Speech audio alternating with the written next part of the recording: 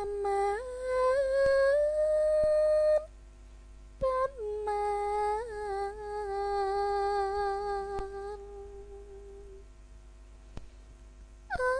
apa warta ning telan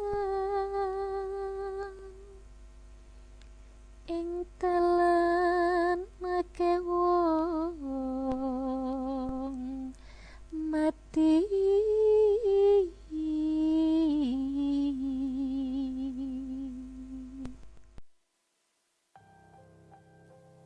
Assalamualaikum warahmatullahi wabarakatuh.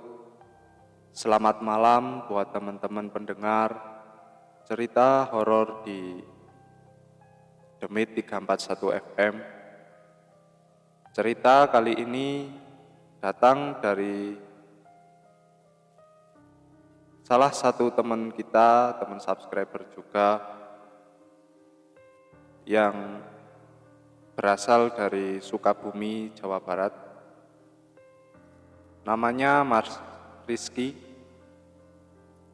Dia menceritakan pengalamannya waktu dia dulu masih kuliah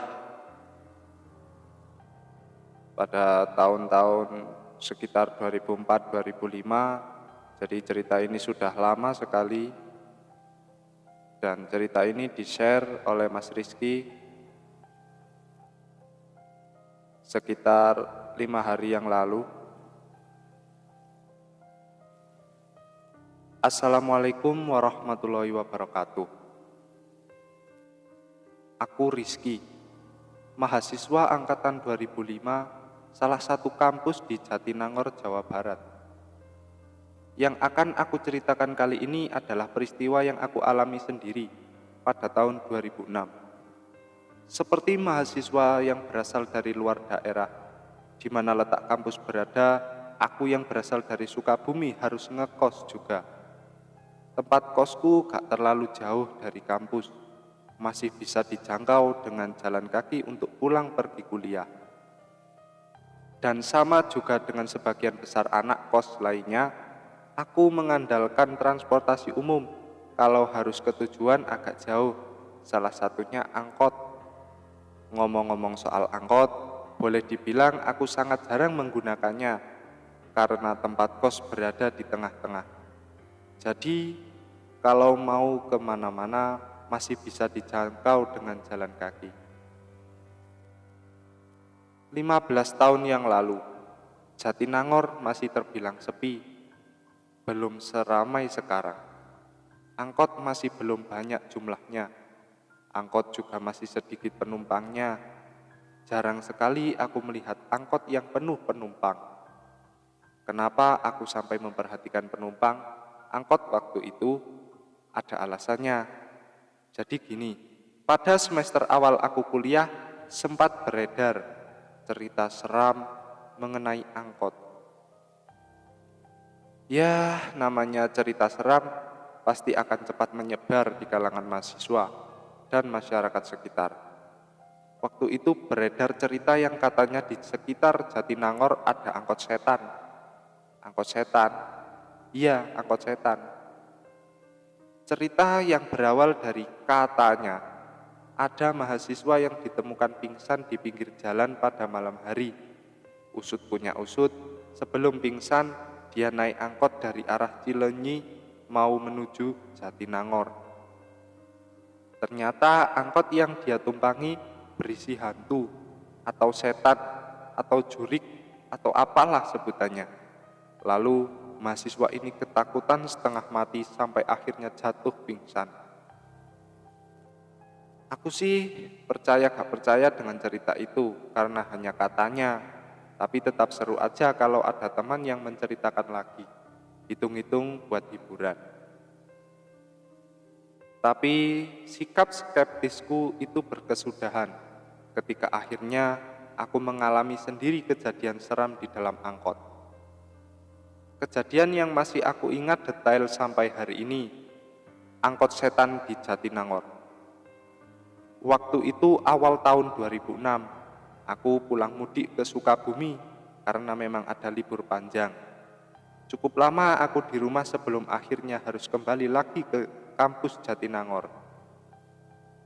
Mungkin sama dengan mahasiswa lain, ketika awal-awal kuliah aku masih sangat merindukan rumah. Jadi sangat betah kalau sudah pulang kampung, berat rasanya untuk kembali ke kampus lagi. Waktu itu juga sama, malas sekali rasanya untuk balik ke Jatinangor. Makanya memutuskan untuk berangkat sore saja.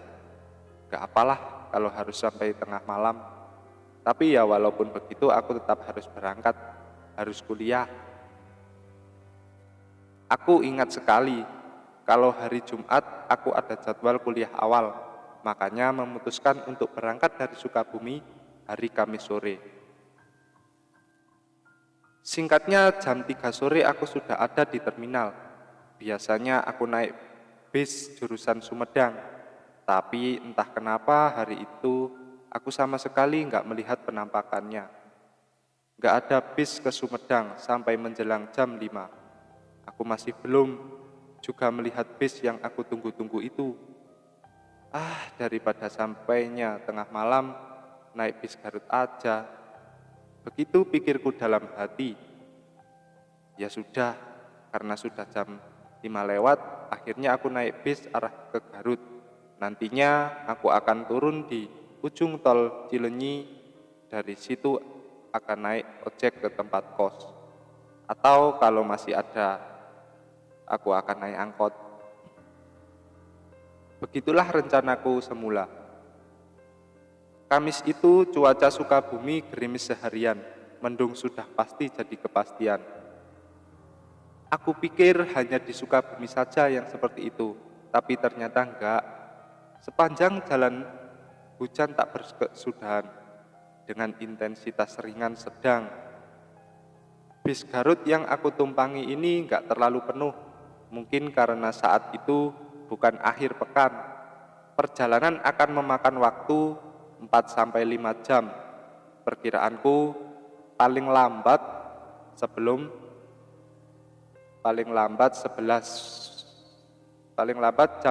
sudah sampai. Tapi ternyata meleset. Jam setengah 11 aku masih di Ciranjang. Jangankan Jatinangor, Bandung pun masih jauh. Itu terjadi karena sebelumnya ada kecelakaan yang menyebabkan kemacetan panjang. Untunglah selepas itu perjalanan perlahan mulai lancar walau masih agak tersendat. Sementara itu di luar masih hujan, gerimisnya terus turun. Gelapnya malam menjadikan aku nggak bisa menikmati pemandangannya. Jadinya tidur yang ada, apalagi setelah lepas dari kemacetan, aku semakin terlelap. Aku kaget, lalu terbangun, mendengar teriakan keras kondektur kalau bis sebentar lagi akan sampai di ujung jalan tol Cileunyi. Melihat jam tangan, ternyata sudah jam 1 lewat sedikit. Lama amat perjalanan, masa sampai Cileunyi jam 1? Aku terheran-heran setelah nyawa sudah terkumpul semua. Ya sudah, aku lalu bersiap-siap untuk turun. Karena bis ini jurusan Garut, jadi kalau aku perhatikan penumpangnya kurang lebih masih sama jumlahnya. Belum banyak berkurang, mungkin nanti di Cileunyi akan banyak yang turun bis bersamaku. Selanjutnya roda bis terus berputar menggelinding menyusuri jalan tol Padalenyi. Kecepatannya berkurang perlahan karena gak jauh di depan sudah terlihat gerbang tol akhir. Oh iya, ternyata hujannya rata. Sampai di titik ini pun di luar masih hujan, cukup lebat malah. Aku sudah berdiri dari duduk dan benar dugaanku. Ternyata memang banyak penumpang akan turun di tempat yang sama. Gak banyak sih, adalah beberapa, tapi melihat itu aku jadi agak lega karena gak akan sendirian di tempatku turun nanti. Sekali lagi aku melihat jam tangan, sudah pukul 1:10. Setelah melewati gerbang tol, mungkin sekitar 2 atau 3 menit kemudian bis akhir berhenti. Waktu itu perhentian bis di ujung tol Cilenyi hanya di pinggir jalan, di depan warung-warung kecil, bukan di terminal. Dalam keadaan hujan deras, aku akhirnya turun dari bis bersama dengan beberapa penumpang lain. Kami berlarian menuju arah berbeda, menghindari hujan deras supaya gak basah kuyup. Aku bersama 2 orang penumpang lain kemudian berteduh di depan warung kecil pinggir jalan yang sudah tutup. Sementara itu, bis yang aku tumpangi melanjutkan lagi perjalanannya. Beberapa menit lamanya kami berdiri berteduh, sampai akhirnya nggak lama kemudian ada 2 motor ojek datang mendekat. Aku yang masih berharap masih akan ada angkot dan melihat hujan juga semakin deras, nggak terlalu bersemangat melihat 2 ojek itu.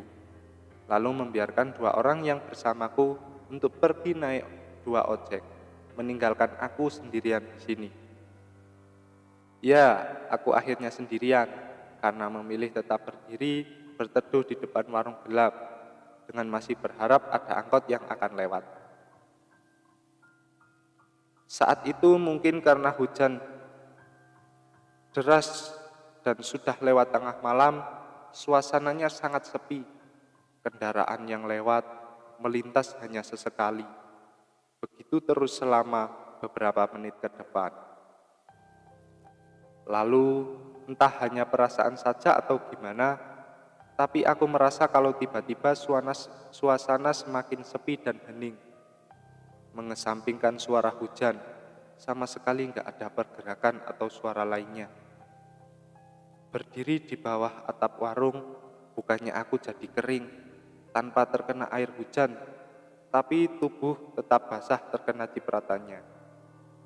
Menit berikutnya suasana jadi tambah seru ketika angin mulai bertiup kencang, membuat air hujan jadi lebih sering lagi mampir di badan.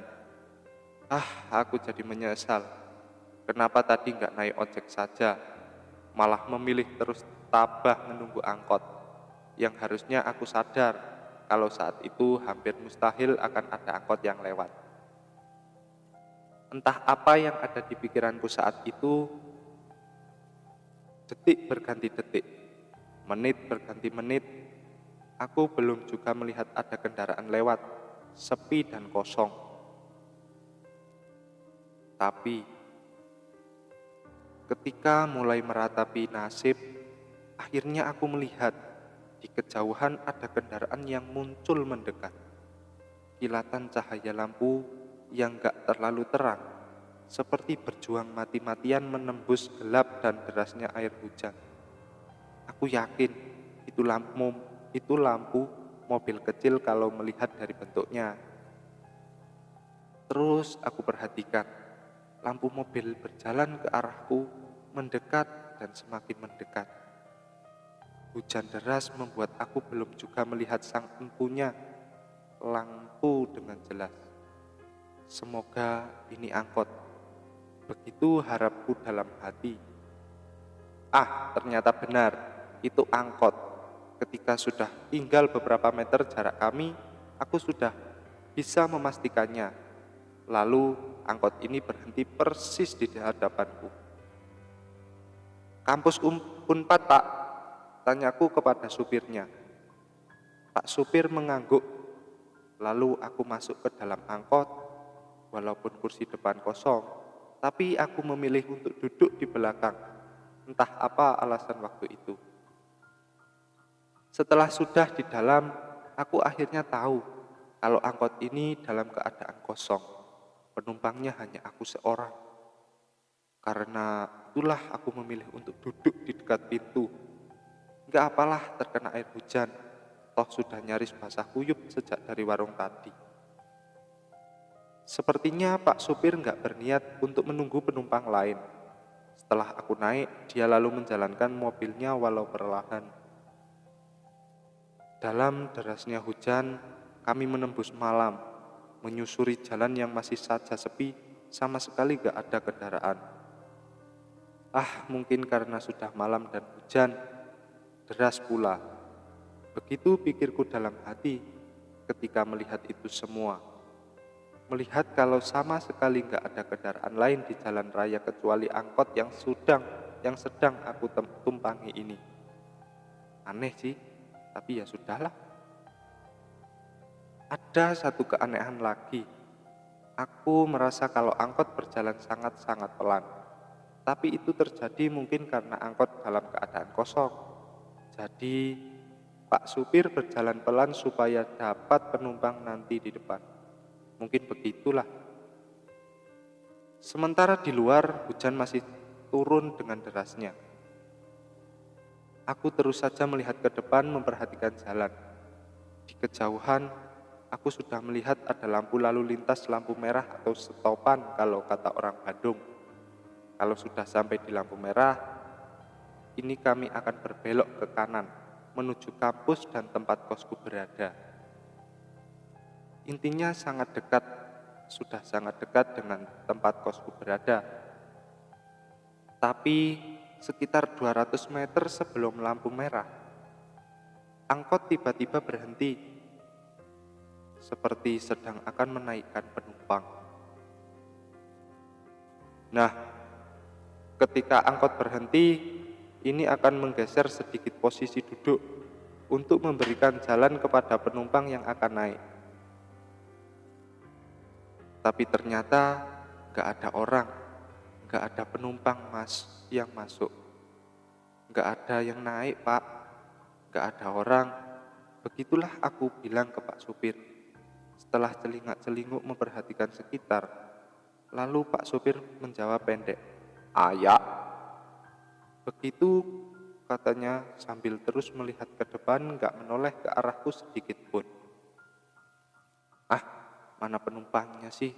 Orang gak ada juga, sungutku dalam hati. Setelah berhenti sebentar, angkot kemudian berjalan lagi. Berjalan pelan. Aku yang masih kebingungan kembali melihat ke depan memperhatikan jalan.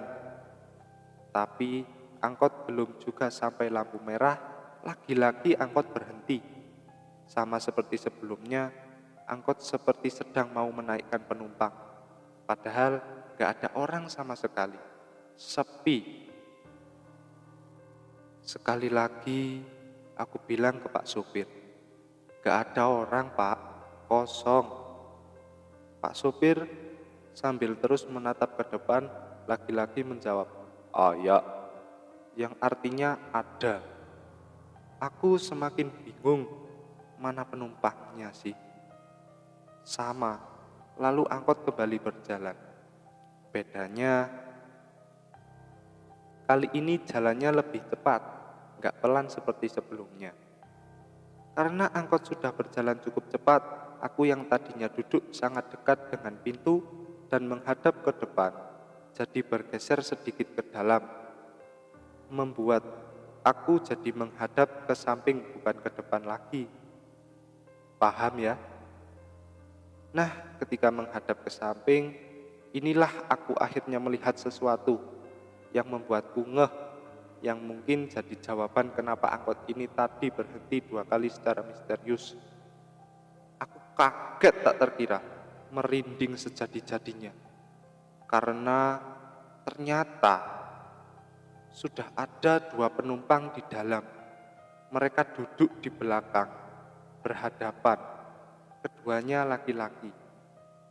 Kapan mereka masuk? Aku yang duduk di samping pintu sejak tadi nggak melihat mereka sama sekali. Sementara itu, angkot berjalan semakin cepat. Aku yang mulai semakin ketakutan sudah nggak lagi memperhatikan jalan. 2 laki-laki ini terus menundukkan wajah. Sementara aku memandang mereka sesekali. "Kiri, Pak, kiri, Pak." Begitu aku bilang ke Pak supir, akhirnya memberanikan diri untuk minta angkot berhenti. Aku semakin ketakutan. Setelah bilang begitu, kemudian lagi-lagi aku menoleh ke belakang. Betapa kagetnya aku ketika melihat ternyata 2 penumpang seram ini sudah nggak duduk di tempatnya semula di pojokan. Mereka sudah bergeser, mendekat. Yang satu duduk di hadapanku, yang satu lagi duduk persis di sebelah kananku. Saat inilah aku dapat melihat wajah mereka dengan jelas. Sangat menyeramkan, wajah keduanya pucat berlumuran darah, seperti baru saja mati karena kecelakaan. Tercium juga bau amis hanyir yang sangat enggak mengenakkan. Aku semakin panik. Jantungku semakin dak-dikduk, lalu refleks menggebrak langit-langit angkot dengan keras. "Berhenti Pak, berhenti!" Aku berteriak begitu, kemudian angkot yang tadinya melaju cepat perlahan mulai mengurangi kecepatannya. Ketika angkot sudah sangat pelan berjalan, aku nekat melompat turun. Hasilnya aku jatuh terduduk di pinggir jalan. Gak apalah, yang penting bisa berhasil keluar. Lalu aku melihat angkot menyeramkan itu terus melaju pelan sampai akhirnya hilang di telan gelap. Setelah angkot itu pergi, aku akhirnya memberanikan diri menyabet tas dan barang bawaanku, lari menuju tempat kosku yang jaraknya tidak terlalu jauh di depan sana, sekitar 50 meter mungkin. Sejak saat itu, aku tidak berani lagi, Mas, naik angkot malam-malam. Meskipun dari kampus aku pulang malam, lebih baik aku naik ojek. Kalau nggak ada ojek ya jalan kaki. Dan setelah hari itu, aku juga menceritakan kisah yang aku alami ini ke teman-teman. Meskipun dari mereka ada yang percaya dan ada juga yang nggak percaya, tapi inilah kenyataannya yang aku alami. Mungkin itu saja yang bisa saya sampaikan, Mas. Kurang lebih saya mohon maaf kalau ceritanya nggak seram.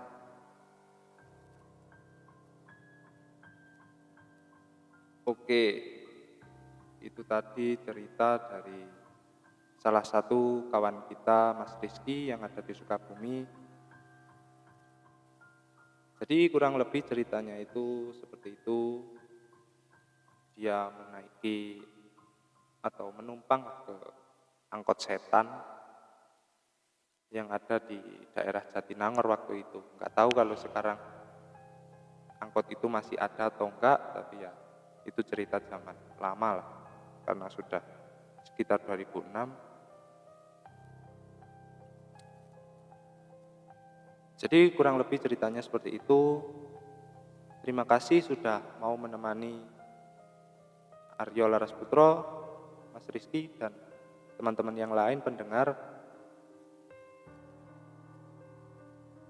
Untuk teman-teman yang ingin nyeritain pengalaman horornya atau pengalaman pribadi mistisnya di channel Demi 341 FM, silahkan kirim ke DM Instagram di @bis34. Saya taruh di deskripsi. Kurang lebih itu saja, mohon maaf kalau ada salah kata dari saya. Saya Aryo Larasputra. Terima kasih sudah menemani saya di malam seram.